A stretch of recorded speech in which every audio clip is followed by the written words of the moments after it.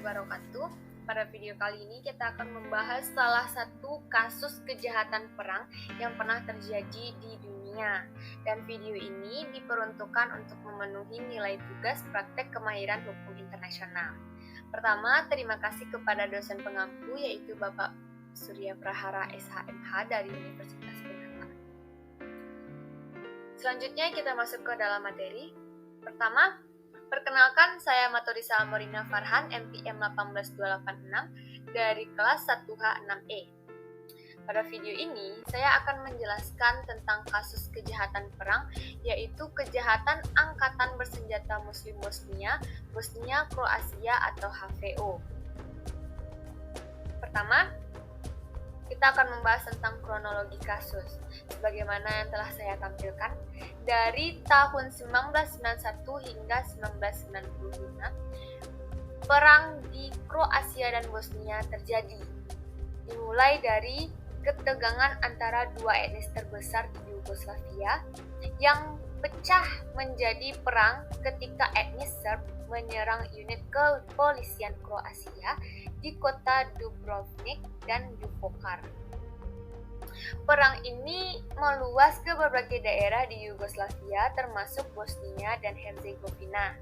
Pada tahun 1992, media resmi dari Kroasia menuding etnis Bosniak bekerja sama dengan Yugoslav yang terdiri dari pihak Serbia.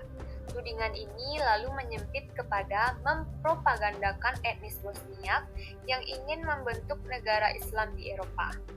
Selanjutnya, tahun 1993, tentara Kroasia mengumpulkan warga Muslim di daerah Bozor, Bosnia dan Herzegovina. Pembantaian pun terjadi, sehingga tentara Kroasia pun juga menyerang para anggota organisasi internasional dan menghancurkan situs bersejarah bernama Jembatan Tua atau Old Bridge, serta sejumlah masjid. Dan pada tahun 1994, konflik bersenjata pun akhirnya berakhir dan tentara Kroasia pun menyerah kepada tentara Bosnia yang dibantu oleh para mujahidin dari Timur Tengah dan Afrika Utara. Nah, pada tahun 1995, perang Bosnia berakhir lewat perundingan di pangkalan udara Wright-Patterson di Dayton, Ohio pada tanggal 1 sampai 21 November 1995. Selanjutnya, kejahatan kemanusiaan terhadap tahanan muslim yang terjadi di Camp Brettel. Menurut pernyataan beberapa jurnalis, yaitu Ed Vuliami dan dua jurnalis lainnya, mereka melihat pemandangan di dalam camp itu sangat mengerikan. Ratusan orang ditahan di dalam sebuah gudang, dan mereka duduk dan berjongkok selama 3 hari dengan raut wajah ketakutan. Tahanan ini dalam kondisi yang mengerikan. Tubuh mereka kurus kering, pandangan mata tidak fokus, dan dihinggapi penyakit kulit. Para tawanan mengaku pintu gubuk selalu terkunci, dan pada malam hari, jika ada tentara penjaga yang mabuk, mereka melepaskan tembakan sehingga beberapa tawanan tewas dan luka-luka.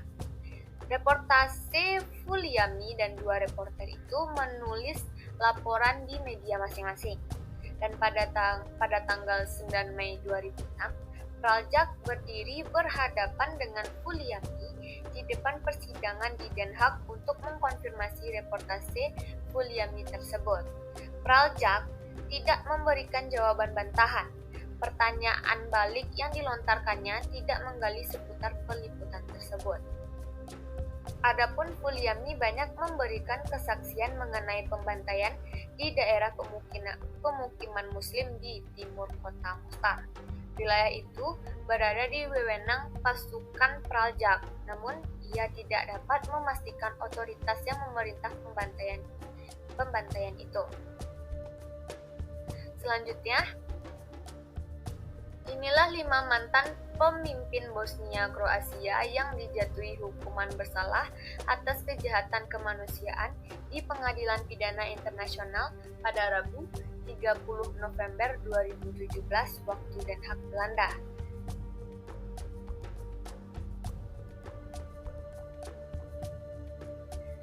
dua tokoh yang dinilai paling brutal. Yang pertama, Ratko Mladic. Mladic resmi ditahan seumur hidup sejak tahun 2017. Dia divonis seumur hidup karena dianggap pengadilan terbukti memimpin pasukan selama pembantaian Muslim Bosnia atau Bosniak selama era 1990-an di Perang Bosnia. Pengadilan menemukan bahwa ia berkontribusi dengan signifikan terhadap pembantaian atau genosida di Srebrenica pada 1995 dengan lebih dari 7.000 pria dan anak laki-laki Bosniak tewas terbunuh. Ini menjadi kejahatan terburuk di Eropa sejak Perang Dunia Kedua, dan dakwaan lain juga termasuk kejahatan perang dan kejahatan terhadap kemanusiaan. Tokoh kedua yaitu Radovan Karadzic.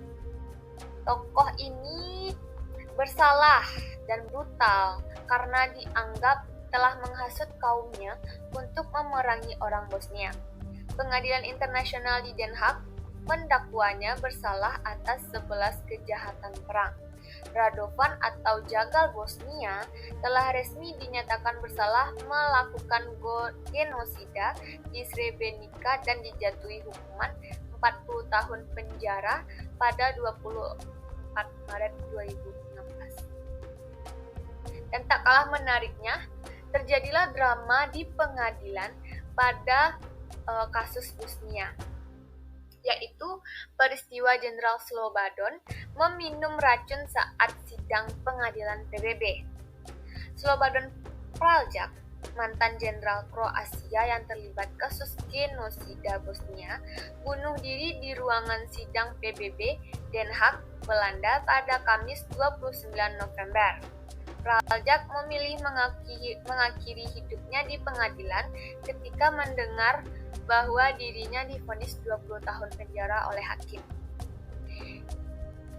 Yang mulia, saya bukanlah penjahat perang, katanya.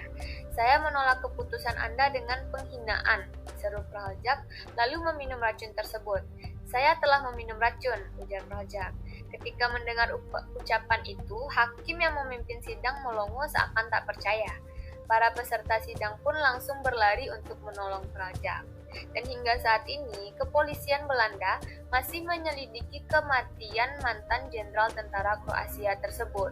Dan tentu menjadi pertanyaan mengapa Praljak dapat menyelundupkan gelas racun ke dalam ruang sidang dan setelah dilakukan tes taksonomi, ternyata racun tersebut merupakan cairan kimia sianida. Puncak dan akhir dari peperangan Bosnia, yaitu puncaknya adalah pembantaian. Ribuan warga sipil Bosnia dirampok, diperkosa dan dibunuh dalam rentang tanggal 11 hingga 22 Juli 1965. Menurut United Nations International Criminal Tribunal for the Former Yugoslavia, lebih dari 8.000 Muslim etnis Bosnia, terutama kaum pria, dibunuh di dalam dan di sekitar kota Srebrenica. Laporan Srebrenica Potokari menyatakan ada 8.373 orang yang menjadi korban genosida tersebut. Selama Perang Bosnia berkobar, sekitar 100.000 orang tewas dan lebih dari 2,2 juta orang kehilangan tempat tinggal. Data Kementerian Dalam Negeri Bosnia menunjukkan bahwa ada 50.000 atau unit Eropa dan UNHCR masing-masing menyatakan 20.000 dan 12.000 wanita Bosnia yang diperkosa. Dan akhirnya, Perang Bosnia berakhir lewat perundingan di pangkalan udara Wright-Patterson di Dayton, Ohio pada tanggal 1 sampai 21 November 1995. Perjanjian yang kemudian dikenal sebagai Perjanjian Dayton itu ditandatangani pada 14 Desember 1995 di Paris. Dari pemaparan tersebut, 1000 doa untuk korban perang Bosnia tahun 1992 dan 1995, semoga sanak saudara kita diterima di sisinya. Dan berakhirlah presentasi saya pada hari ini. Terima kasih dan selamat malam.